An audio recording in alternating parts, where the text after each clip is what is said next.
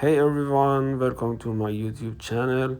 Today I want to show you one of the best tourist place in the Finland. Here is Zoo and it's very famous place.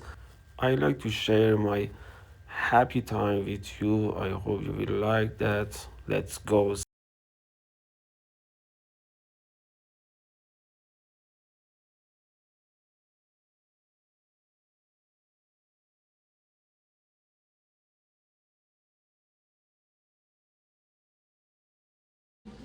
Mutta tuosta talviunesta päästiin siihen, että syksyllä syödään sitä makeampaa, esimerkiksi marjoja ja muuta, että saadaan lihotettua itsensä.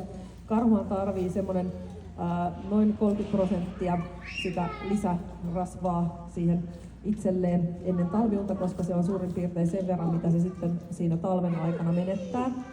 Ennen talviunta niin se lopettaa sen syömisen ja tyhjentää sitten suolensa ja virtsarakkonsa ja käy sitten nukkumaan.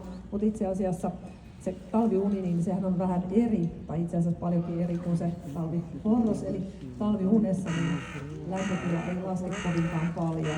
Varsinkin tämmöinen ihokarhu, kun sehän synnyttää myös talviunen aikana, niin sen lämpötila pysyy semmoisessa 37 asteessa. Ja sitten nämä uroskarhut, niin niillä se saattaa laskea semmoiseen 34 asteeseen, mutta siis semmoinen 2-3 astetta niin karhun lämpö itse asiassa vaan laskee. Samoin myös sydämen syke, se laskee sillä tavalla, että normaalisti jos karhun sydän sykkii semmoinen 40 kertaa minuutissa, niin se on sitten semmoinen noin 10 kertaa. Ja kun monesti sitten mietitään, että no mihin se menee, että kyllä mitä kuitenkin sitä virtsaakin erittyy, niin karhun munuaiset itse asiassa ja maksa sitten muuntaa. Kun se menee sinne maksaan, niin se toimii vähän eri lailla, se maksa muuntaa sitä valkuaisaineeksi, eli sillä tavalla karhun ei tarvitse kauheasti talvisin heräillä pissalle eikä kakalle sieltä sitten. Ja tosiaan talviuuden aikana tämä emokarhu synnyttää semmoinen keskimäärin 2, on semmoinen aika normaali määrä niitä pikkuisia pentuja siihen pesään.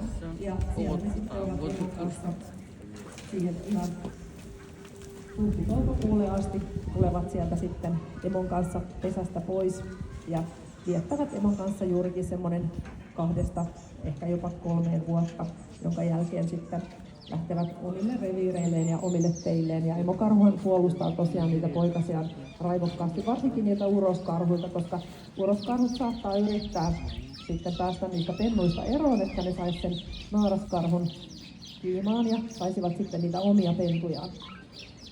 Ruotsissa on tehty myös sellaista tutkimusta, että on huomattu, että vaikka karhu nyt edelleen pelkää ja väistää ihmistä, niin nämä naaraskarhut karhu on siis tosi fiksu ja tosi oppivainen, niin naaraskarhut on huomanneet, että kannattaa tulla pentujen kanssa.